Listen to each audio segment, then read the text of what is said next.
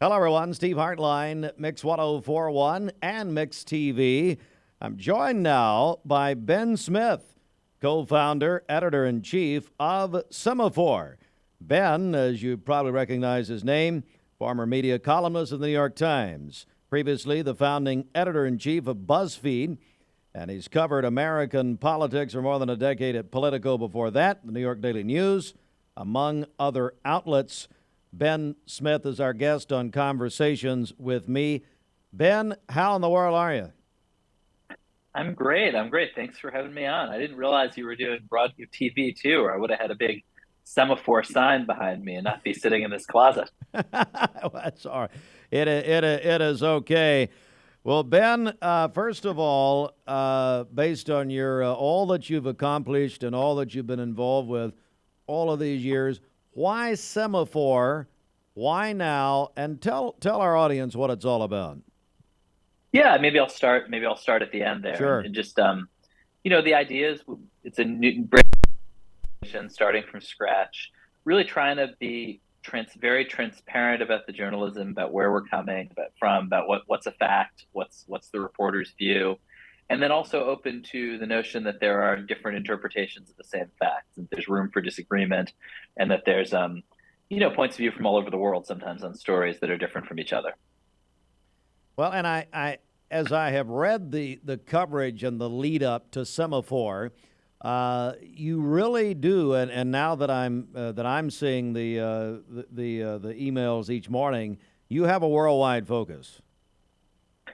Yeah, we have a number of different products, but certainly we kind of have global ambitions. And I think, the reason that we thought there was an opportunity to do this and wanted to do this is just because like a lot of people all over the world, but certainly here, feel very frustrated with the news they're getting, very feel over both kind of overwhelmed by just how much of it there is, and then at the same time aren't sure what to trust. And so those are sort of those are the problems that we think about trying to solve for people.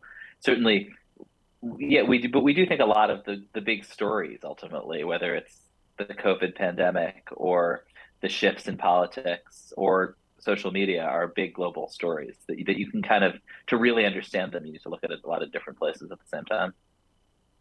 We're joined by Ben Smith, co-founder of Semafor. Tell us about the name Semafor. Well, it's an old Greek word that means kind of the bearer of signal. I think if you're into railroads or sailing, I don't know if there's a lot of sailing in your part of Tennessee, Wow. but it can mean kind of signal flags and things like that. Um, but we liked it because it's basically the same word in like 50 different languages, and it sort of has similar meaning all over the world.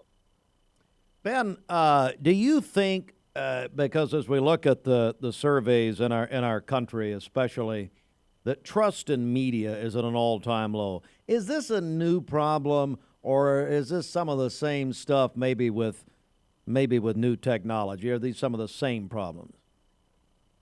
I think I mean, right. Trust in media is, I think it's in like the low, I mean, it's just incredibly depressing. It's in the 20s or something. Um, I think and to be that bad, it has to be a lot of things at the same time.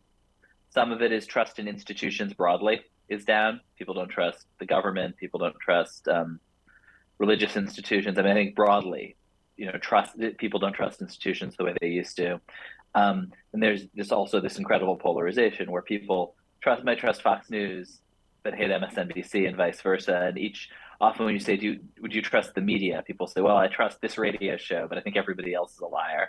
And often that's sort of around partisan polarization. And then I think part of it really is the way in which social media has given people a view into the insides of how media works, which by the way has always kind of been messy.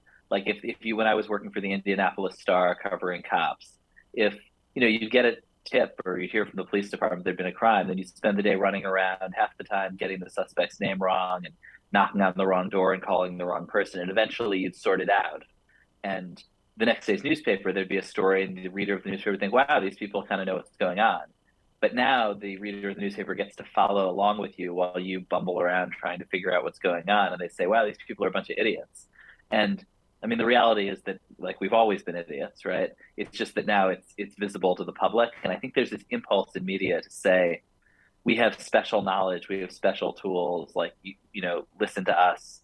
Um, and I think when people see the way we work, at best, it's like, well, they're like basically doing something anyone could do, asking people questions and knocking on doors, but they're doing it, and that's why we should trust them, not because they have some mystical skill that's going into putting out a publication. And I think it's been hard for the media to adapt to the fact that their readers, their viewers, can just kind of see how we work and how messy it is. And that's an excellent point. It is now such an interest in the process, as probably more so than ever before. We're joined by Ben Smith, co-founder of Semafor. And what are your hopes? What are the goals here for Semafor? Maybe the near-term goals more than anything. Well, my near-term goal is that all your listeners will go to semafor.com and sign up for our newsletters.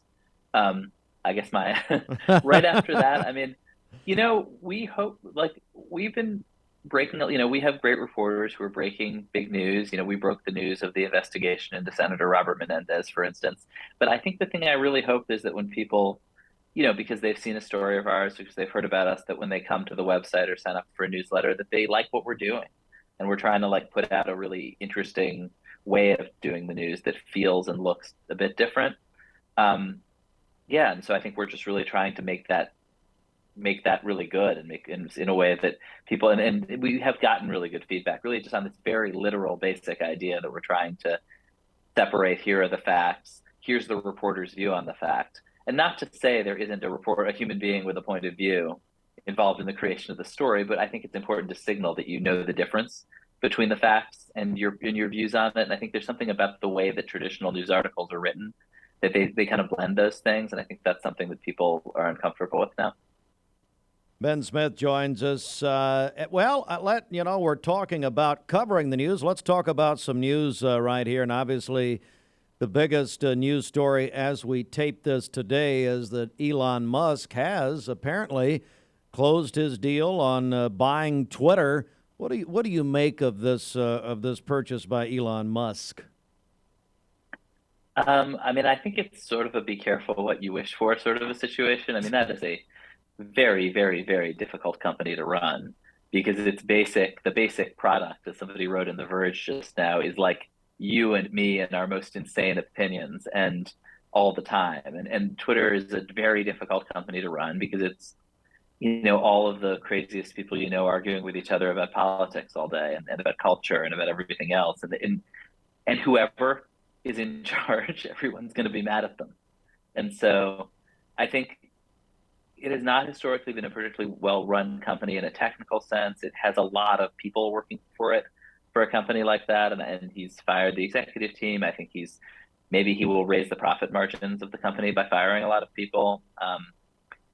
But I think operating I think it's a difficult company to run, and he's obviously this very successful operator and may find ways to make it better. Or I think he has a theory that Twitter is sort of suppressing conservative voices. I think parts of that are true, but he's going to find himself just every day making calls. Kanye West is on there saying insane anti-Semitic stuff. What do you do about that? I don't know. That's a hard decision, right? Do you ban him for a week? Do you ban him forever? When do you let him back? What if he calls you and asks to be back on? Like, these are just endless, complicated decisions that are hard. There's not some answer that makes everybody happy. We're joined by Ben Smith. And speaking of I'm going to go to Kanye in just a second, but Twitter.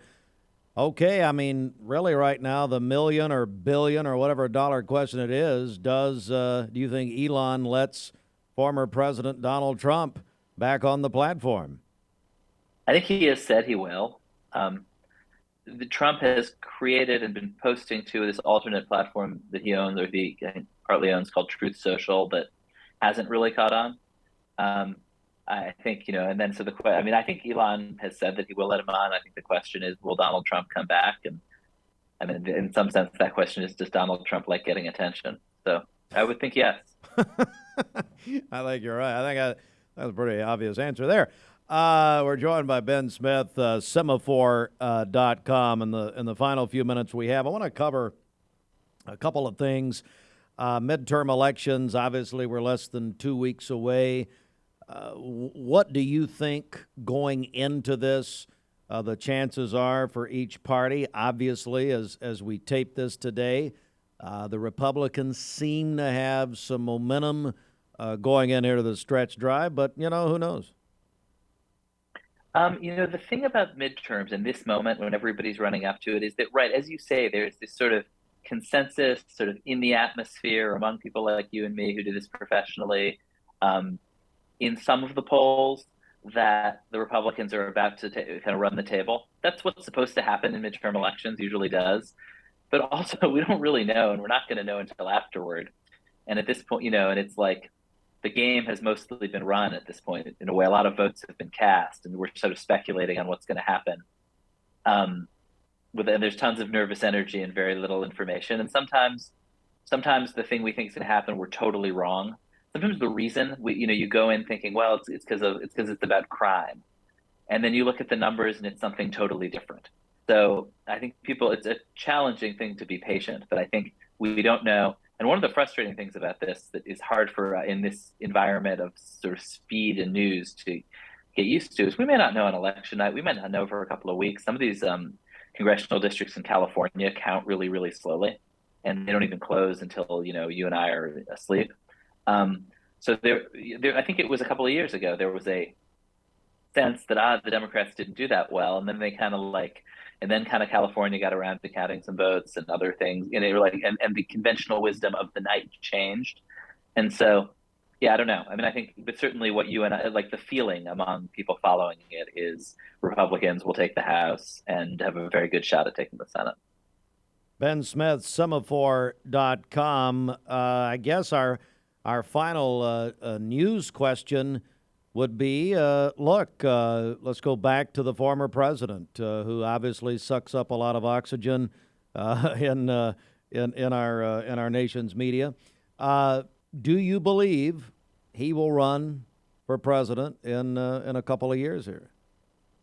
Sure looks like it, right? He certainly hasn't given anybody any reason to think he's not, and I think he's looking at the same polls that you and I are, and I think if he runs, he will likely win the Republican primary and run against Joe Biden again. And I think that's just obviously the likeliest scenario.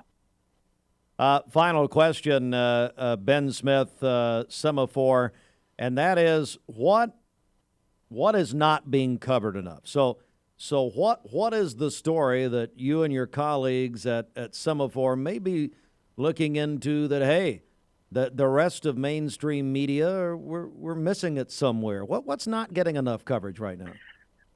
I think this is in some ways a boring answer, but when you cover Washington and when you think about what's happening in Washington, most of what you write about are incredibly bitter divisions between the parties, things that aren't happening, anticipating, potentially hugely damaging fight over the debt ceiling.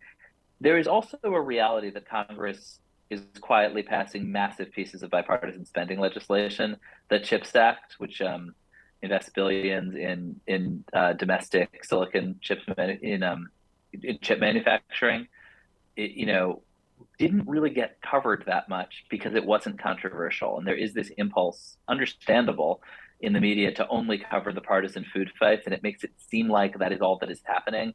And actually, on certain issues, I think like certain kinds of economic issues, China, both parties are quietly passing stuff. It's just considered boring and nobody ever writes about it. And it does contribute to this perception that the country is, not that we're doing great, but it contributes to a perception that the government has stopped functioning. Well, Ben, I know that you're extremely busy. You've assembled an incredible amount of talent at Semafor. All the best to you. We're rooting for you, and I really appreciate your time today. Hey, thanks so much for having me on, Steve. Appreciate it. Thank you, sir. Ben Smith, Semafor. You can sign up and get the newsletters just like I am at Semafor.com.